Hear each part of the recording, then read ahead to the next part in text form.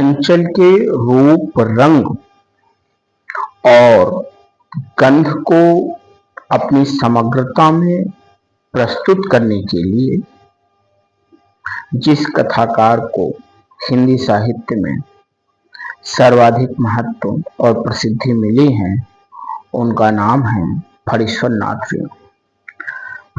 यूं तो फणीश्वर नाथ रेणु की ख्याति का आधार उनके द्वारा रचित उपन्यास मैला आंचल है, लेकिन आंचलिक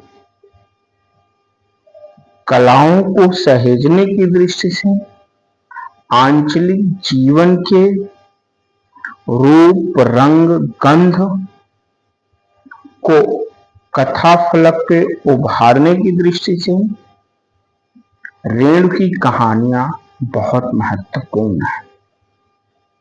उनकी कहानियों में तीसरी कसम उर्फ मारे गए गुलफाम, लाल पान की बेगम, ठेस, संवदिया,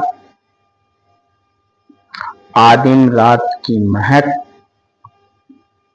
रसप्रिया, ये ऐसी कहानियां हैं जो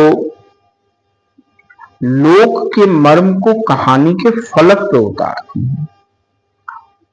आज बहुत सी ऐसी लोक जीवन की प्रथाएं हैं, कलाएं हैं और परंपराएं हैं जो उस अंचल से भी लुप्त हो गई हैं, जिस अंचल को रेणु अपनी कहानियों में रच रहे थे।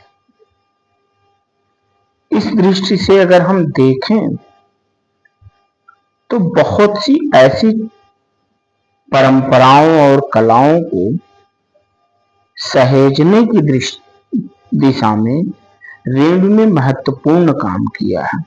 विशेष रूप से उनकी जो कहानी रसप्रिया है, ठेस है और संवदिया है, इसमें लोक की परंपराओं को और लोक में प्रचलित ज्ञान को सहेजा गया है।